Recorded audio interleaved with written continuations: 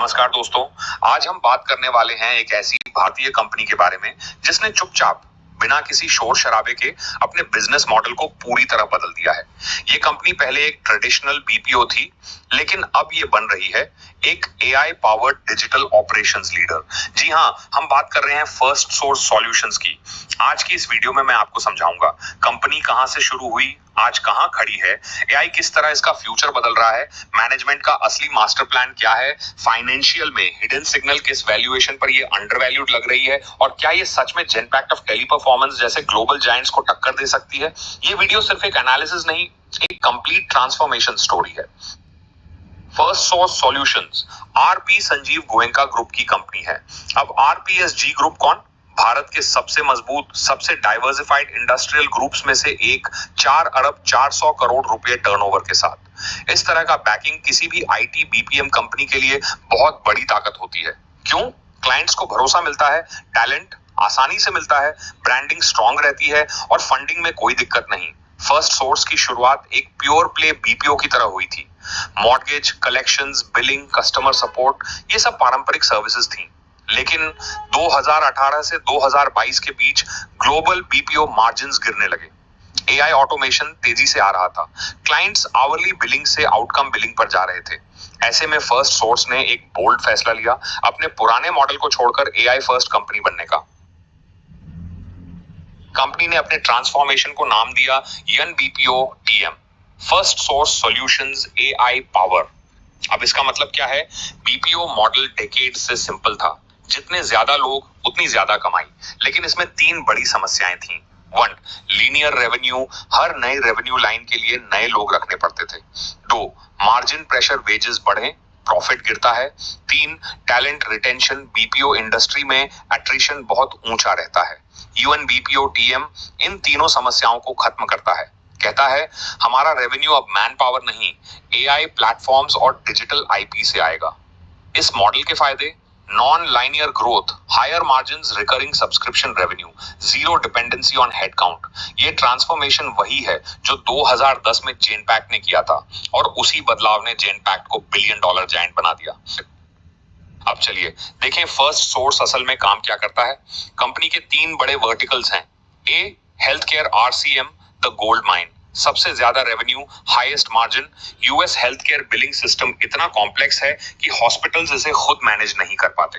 यहाँ एफएसएल का काम होता है, patient data extraction, medical coding, ICD, CPT, insurance claim creation, claims denial management, fraud detection, payment posting. ये एंड टू एंड साइकिल को revenue cycle management कहते हैं। ये सेक्टर क्यों पावरफुल है? Recession proof, high switching cost, health care budget हर साल बढ़ रहा है, एआई ऑटोमेशन यहाँ एफिशिएंसी 40 से 70% तक बढ़ाता है।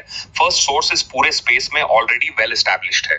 B, BFSI, banking and financial services, mortgage, credit underwriting, collections, ये सब एफएसएल की ताकत है। यूके की company Past Due Credit Solutions का एक्विजिशन इस वर्टिकल को बूस्ट देगा।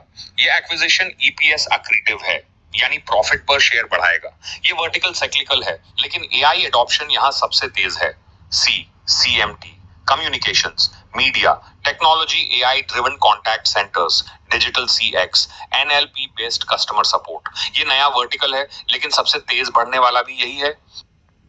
अब आती है नंबर्स की बारी और यहीं पर असली मजा है। Revenue growth strong and steady. LTM FY 25 revenue 6,800 crore से अधिक, from 5,535 crore in FY 22। Stable growth, investors को यही चाहिए।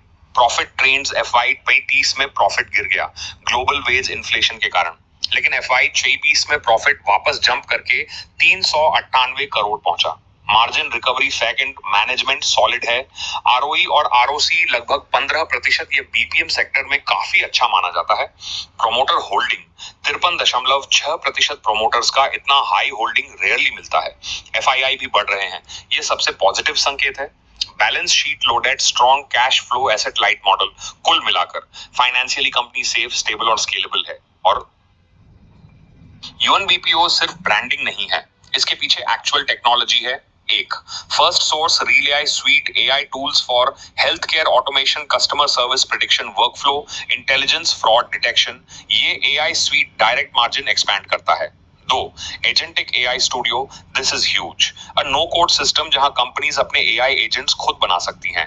इससे एफएसएल को मिलता है platform revenue recurring SaaS contracts, non linear scalability. यह ट्रांसफॉर्मेशन का सबसे बड़ा हिस्सा है। तीन, LYZR.AI investment, high accuracy AI for BFSI and health care. Regulated industries में एआई लगाना सबसे कठिन होता है और एफएसएल वही स्पेस टारगेट कर रहा है। अब बात करते हैं फर्स्ट सोर्स के जियोग्राफिक स्ट्रेटेजी की, और ये हिस्सा बहुत कम लोग समझते हैं, लेकिन कंपनी की फ्यूचर स्केलेबिलिटी के लिए ये सबसे क्रिटिकल फैक्टर है। देखिए, जब कोई बीपीएम या digital operation company global deal जीतना चाहती है, खासकर $20 मिलियन, $50 मिलियन या उससे बड़े कॉन्ट्रैक्ट्स, तो क्लाइंट्स हमेशा ये देखते हैं कि आपकी डिलीवरी फुटप्रिंट कितना डाइवर्सिफाइड है, और यही फर्स्ट सोर्स की सबसे बड़ी ताकत बन रही है। एक, Australia premium billing market. Australia first source का फास्टेस्ट ग्रोइंग रीजन बन चुका है। यहाँ क्लाइंट्स हायर रेट्स पे करते हैं क्योंकि लोकल डिलीवरी कैपेबिलिटी बहुत कम कंपनियों के पास है। इसका सीधा असर मार्जिन पर पड़ता है क्योंकि ऑस्ट्रेलिया ओरिजिन डील में प्रीमियम प्राइसिंग मिलती है। इसके अलावा एशिया पैसिफिक रीजन में एक्सपेंशन के लिए ऑस्ट्रेलिया एक परफेक्ट एंट्री गेट है। दो, रोमानिया यूरोप का नियर शोर power house. Romania first source के लिए स्ट्रेटेजिक गोल्ड माइन है। क्यों? क्योंकि यहाँ यूरोपीय भाषाओं की अवेलेबिलिटी हाई है। ईयू क्लाइंट्स नियर शोर डिलीवरी प्रेफर करते हैं। रेगुलेटरी कंप्लायंस आसान हो जाती है। टाइम जोन अलाइनमेंट बेहतर रहता है। रोमानिया की बाइलिंगुअल वर्कफोर्स बीएफएसआई और हेल्थ केयर दोनों सेक्टर्स में बहुत वैल्यूएबल है। तीन, south Africa cost plus skill का परफेक्ट मिक्स।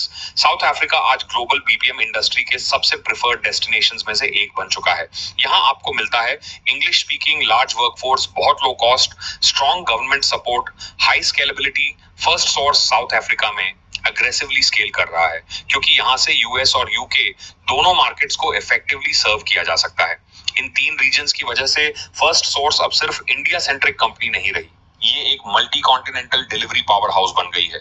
यह जियोग्राफिक स्प्रेड कंपनी को currency stability, risk diversification, large enterprise deal eligibility और मार्जिन एक्सपेंशन सब प्रोवाइड करता है। अब बात करते हैं स्टॉक चार्ट की, क्योंकि फंडामेंटल्स स्ट्रॉन्ग हो या ना हो, मार्केट हमेशा प्राइस एक्शन से सिग्नल देता है, और फर्स्ट सोर्स अभी एक मेजर टेक्निकल सेटअप में फंसा हुआ है जो ब्रेकआउट की तरफ इशारा करता है। एक, असेंडिंग ट्रायंगल पैटर्न स्टॉक पिछले कई हफ्तों से एक असेंडिंग ट्रायंगल फॉर्म कर रहा है।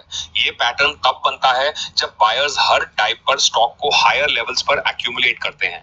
हायर लोज नास strong accumulation, flat top as resistance zone. ये पैटर्न नॉर्मली बुलिश ब्रेकआउट देता है।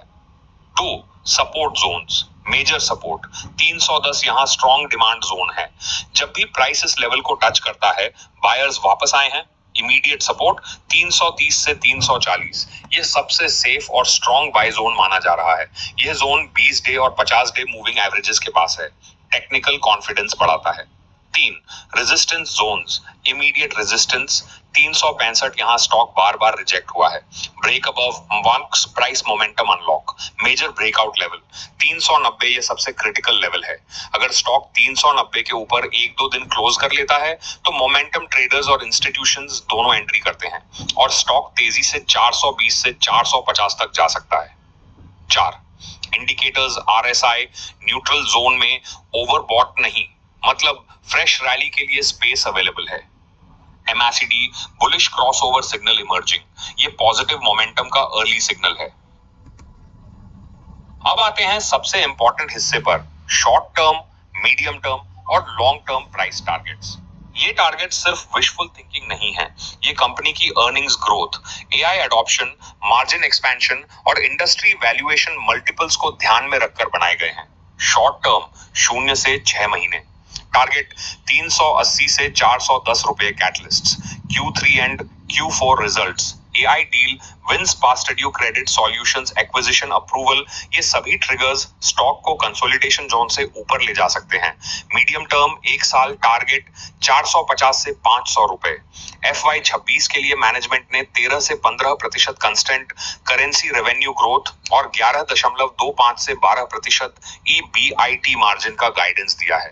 अगर ये डिलीवर हुआ तो मार्केट कंपनी को हायर वैल्यूएशन मल्टीपल देगा। लॉन्ग टर्म 3 साल, टारगेट 650 से 750 रुपए, ये सबसे ज्यादा इंटरेस्टिंग है। क्यों? क्योंकि एआई लेड ट्रांसफॉर्मेशन मार्जिन्स को अगले 3 साल में बहुत इंप्रूव कर देगा। Platform led revenue, agentic AI studio, a real AI company को नॉन लाइनियर ग्रोथ देगा, global delivery footprint, larger deals unlock करेगा। अगर यह ट्रांसफॉर्मेशन 30 से 40% एआई रेवेन्यू शेयर तक पहुंच गया तो यह स्टॉक मिड कैप बीपीएम से निकलकर डिजिटल ऑपरेशंस लीडर बन सकता है। फर्स्ट सोर्स के रिस्क्स को समझना जरूरी है। कंपटीशन में टेलीपरफॉर्मेंस, कॉन्सेंट्रिक्स और जीनपैक्ट जैसे दिग्गज हैं, लेकिन फर्स्ट सोर्स का एआई फर्स्ट मॉडल इसे अलग पहचान देता है। मार्जिन्स बीपीएम सेक्टर में हमेशा दबाव में रहते हैं। वेज इन्फ्लेशन से दिक्कत आ सकती है, लेकिन ऑटोमेशन, ज्यादा ऑफशोर काम और प्लेटफॉर्म रेवेन्यू मार्जिन्स को बचाते हैं। क्लाइंट कॉन्सेंट्रेशन एक रिस्क है, पर कंपनी नई जियोग्राफीज और सेक्टर्स में डाइवर्सिफाई कर रही है। यूएस हेल्थ केयर और यूके कलेक्शंस में रेगुलेशन कड़ा है, लेकिन एफएसएल के पास स्ट्रॉन्ग कंप्लायंस सिस्टम्स मौजूद हैं। 70% रेवेन्यू फॉरेन मार्केट से आता है, इसलिए करेंसी रिस्क भी रहता है, पर मल्टी कंट्री डिलीवरी मॉडल इसे हेज कर देता है। कुल मिलाकर रिस्क हैं, बट मैनेजमेंट उन्हें स्मार्ट तरीके से हैंडल कर रहा है। और असली वैल्यू ट्रांसफॉर्मेशन में है। फर्स्ट सोर्स अब केवल बीपीओ नहीं, बल्कि एक AI first digital operation company बन रहा है। अगर एआई एडॉप्शन बढ़ा, बीएफएसआई एक्विजिशन पूरा हुआ, हेल्थ केयर आरसीएम स्केल हुआ और प्लेटफॉर्म रेवेन्यू बढ़ा, तो ये कंपनी अगले 3 से 5 साल में एक स्ट्रॉन्ग मल्टी बैगर बन सकती है। निवेश जोखिमपूर्ण है, निर्णय लेने से पहले अपनी रिसर्च जरूर करें। अगर आपको ये डीप एनालिसिस पसंद आया हो तो वीडियो लाइक करें और चैनल सब्सक्राइब करना न भूलें।